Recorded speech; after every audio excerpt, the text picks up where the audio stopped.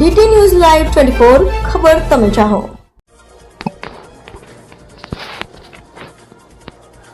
મોરબી વાવડી ચોકડી પાસે છોકરી બાબતે થયેલી માથાકૂટમાં યુવાનની હત્યા।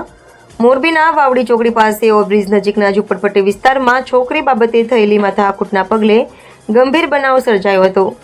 આ ઘટનામાં રમેશ ગાભાભાઈ દેવી પૂજક ઉંમર 22 પર ધારિયા અને છરી વડે જીવલેણ હુમલો કરવામાં આવ્યો હતો, જેમાં તેને ગંભીર ઇજાઓ થવાને કારણે તેનું મોત નીપજ્યું હતું। ઘટનામાં તેના પિતા ગાભાભાઈ જીવાભાઈ દેવી પૂજક ઉંમર 70 ને પણ ગંભીર ઇજાઓ થઈ હતી, જેને તાત્કાલિક સારવાર માટે મોરબી સિવિલ હોસ્પિટલ ખાતે ખસેડવામાં આવ્યા હતા। હોસ્પિટલ મારફતે પોલીસને બનાવની જાણ કરવામાં આવતા પોલીસે કાયદેસરની નોંધ લઈને આગળની કાર્યવાહી હાથ ધરી છે। પ્રાથમિક માહિતી મુજબ છોકરી બાબતે બંને પક્ષો વચ્ચે થયેલા ઝઘડા અને મારામારીમાં ઘટના સર્જાઈ હતી।